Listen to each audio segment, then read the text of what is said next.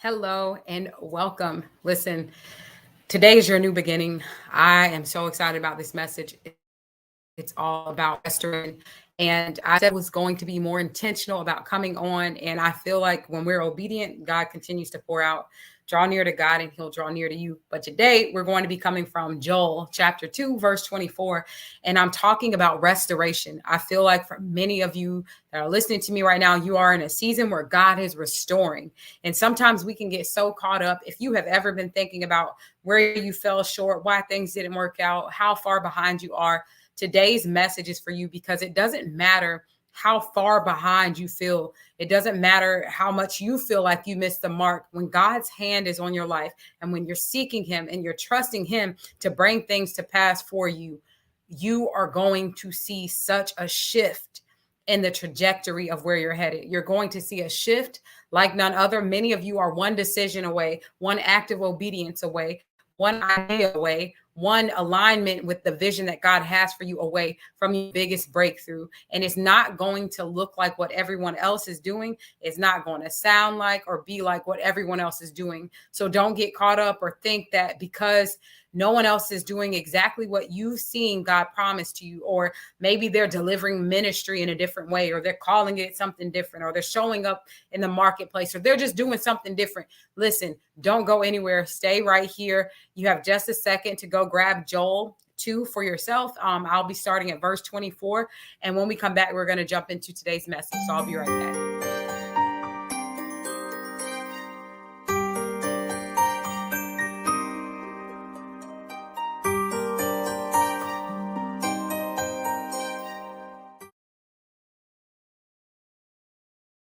Welcome back.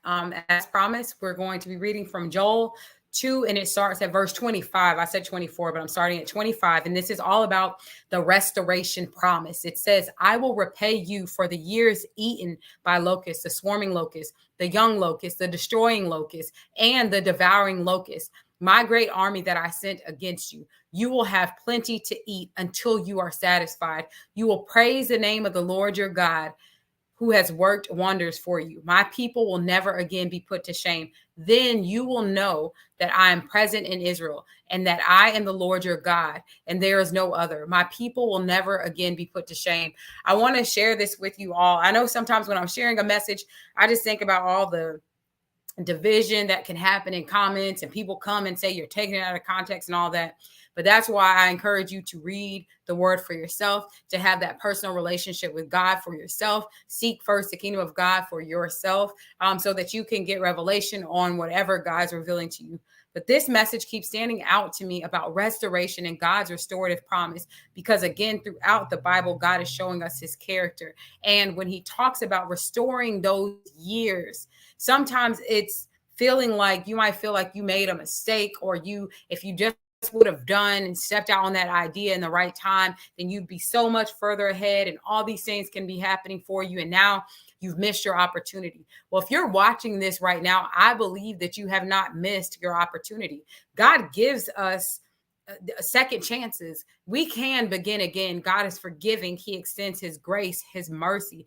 And the amazing thing about this reminder in Joel 2, it's not saying God's going to extend his mercy and you keep on keeping on making mistakes and being all out of his will and not caring what God has to say about it. It says you will praise the name of the Lord your God, who's worked wonders for you. And what that shows me is that even in whatever season that you are in right now, and you may have heard this phrase, this catchphrase, your praise is your weapon.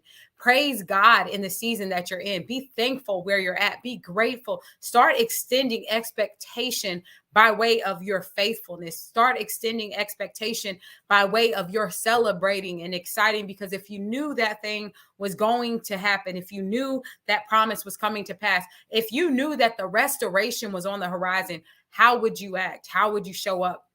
I still remember a time, this was years ago, when I pretty much, it seemed like in such a short period of time, everything was lost. I lost everything. And I was feeling like it was my fault because of the decisions that I made. Here I am losing everything. And then I had no shortage of naysayers. I remember one person in particular that told me things would never come together in my life. I wouldn't have this, I wouldn't have that, and listed all the things I wouldn't have.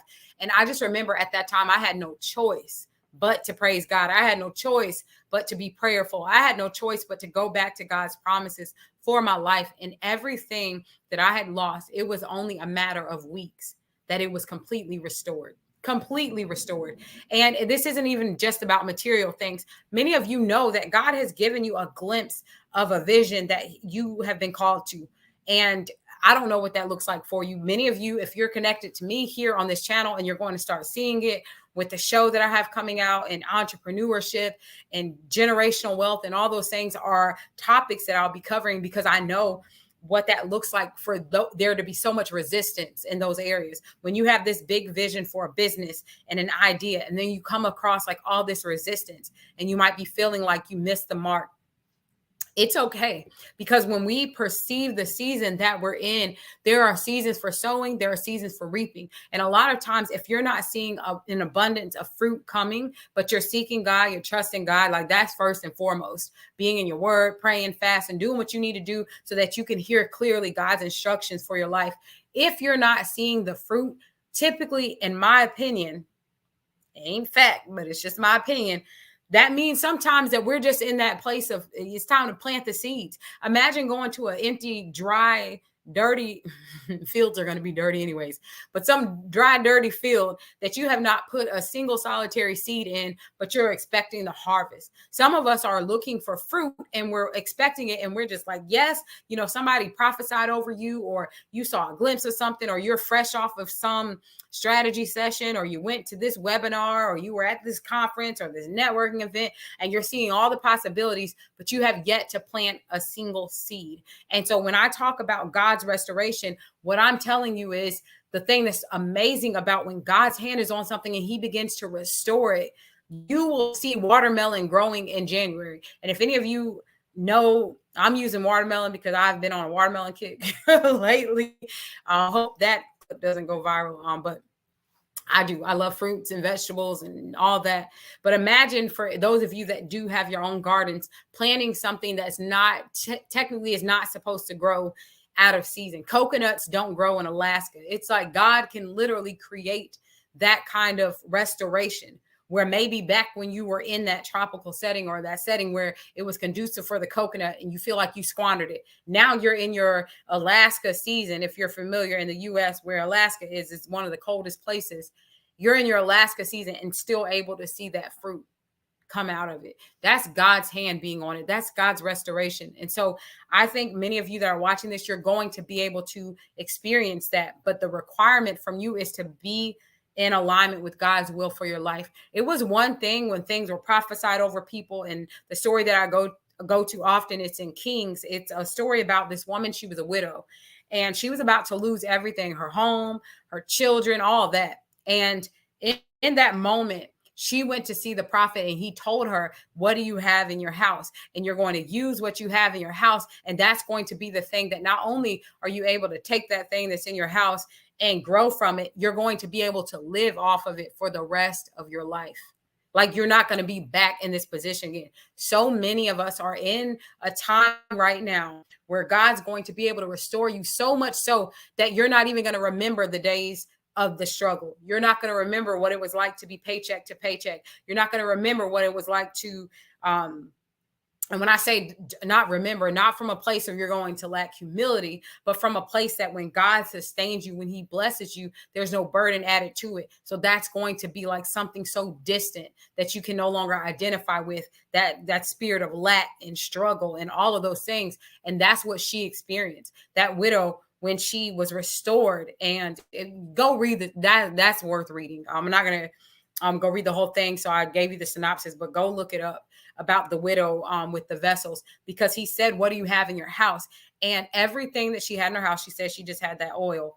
The oil started flowing, and her job, her action, her seed sowing was to go out and get as many vessels as she can. Go get them from your neighbors, people up the street, go get as many, because she was instructed to pour the oil into the vessels. And when she poured the oil, I've been, oh my goodness, there's so many interviews and things today. So now I'm getting tongue twisted. I was laughing about it earlier, but poured the oil into the vessels. It did not stop flowing until she ran out of vessels. And some of you, that oil is not going to stop flowing until you run out of vessels. And not only that, then that her assignment still wasn't over. He said, take what you have, go out and sell it, and you're going to live off of it for the rest of your life. Some of us have gotten into different phases. So I want to talk about this briefly with the restoration. There are phases that she went through. Number one, assessing what do you have access to? And I would go a step before that. She knew to seek God to know what to do. In her place of trouble, in her place of struggle, she didn't go seek the latest whatever. She didn't try to replace God and go get the artificial help. She went to the man of God to know what is God saying for me, because I know that I can get out of this situation when I trust God's instructions over the latest guru or tech or whatever. And y'all know I've been in the entrepreneurial digital marketing on that scene. So I know I'm being all preachy and everything right now, but I understand that even from a business perspective, it's tempting to go buy the latest program, to get the latest strategy session, to jump into the latest conference. But she didn't do that. She went to the man of God to see what is God showing you for me to do, right? And we don't have to have that middleman. We can seek God for ourselves. So number one, that's what she did. Now the second, number 1.5 is that he told her, what do you have in your hands? And she had to assess what she had access to. Sometimes we're trying to take leaps forward, but we feel like we always need something else in the sweet by and by, next down up the street, when God's already put in your household. For so many of us, the gift, the opportunity, the open door, it's already here. It's already in our hands. We already have access to it. You already have the knowledge. You've already been walking within it in some capacity. So that was the second thing. She had to assess what she had. And then the third thing, and if I'm messing up the numbers, y'all, just roll with me. 1.5, the second/third thing. The next thing that she did, once she assessed what was in her household, it was time to use it.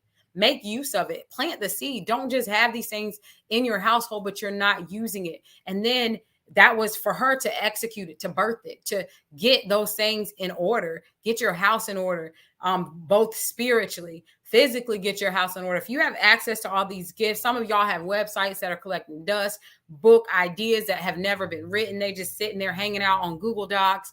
You have ministries that you've prayed about, testimonies that you've overcome, and you have opportunities right up the street where you could be sharing that testimony and won't. All of these things. But that second piece, when he said, go out and gather, that's organize it. Organize what's in your house. And then the final thing is sell it. So again, the book is collecting dust because you won't tell anybody that you wrote it. The ministry hasn't started because you won't make the phone call that God's been telling you to make that phone call for months or years or whatever it may be. And I'm telling you all right now, if you can perceive the season, there is onus on us as well. It's not just about like God dropping miracles into your mailbox or out the sky and up the street. There is a requirement, just like with that widow, that we have to do our part. Number one, you're seeking God to know what your part is, to know where you're being called, how you're being called. We all won't show up in the same capacity. But once you get that answer, it's time to run with it and know the season. I'm telling you all, if you can perceive the season that you're in, sometimes we can think that every relationship has to end bad. It doesn't. I was just having this conversation today. I've had clients that I worked with them for a minute and there was something that they needed in that season. And when the season is up, it's up and it's okay. But when we're still trying to hang on to seasons that aren't here anymore, or we're feeling like it's failure because you're no longer attached to whatever that was, take it for what it was. When you step into this place of restoration, understand that some things that might have been a struggle before, you were learning from it. Sometimes you can take the same strategy somebody else told it to you 6 months ago and it would not work for anything. And then you go and do it now and it just flourishes like that. It has to be in season. And when you understand that, you'll know that last time, and I share this too, sometimes we're in preseason. Preseason prepares you for the actual season. Preseason is when you get your strength up. Preseason is when you start that conditioning so that when it's game time, you're not sitting on the sidelines winded and can't finish the game because you didn't properly prepare in preseason. So for some of you, the opportunities that you had that you thought were supposed to produce like game level fruits, it was just a season of preparation. But now if you can perceive that God is restoring and he's doing it rapidly, if you can perceive that, you will not sit down. You will not say, I'm not going to do it because it didn't work last time. You're not going to discount the power that you have in your hands right now, the authority that you have, the access that you have to what's in your household. And if this message is for you, I know it may not be for everybody, but for those of you that is for, I'm certain it's probably resonating with you right now. You're clear on what that thing is. And if you are in the season where it's game time, it's time to go suit up. You don't have time. And if you're wondering, what do I suit up in? Ephesians 6, the full armor of God. Get suited up in that before you do anything. And I promise to you, you will be able to perceive and experience that Joel 2:25 through 27 level of restoration, because God is able to do it. God is able. And so that's my encouragement for you all today. Just it's restoration season.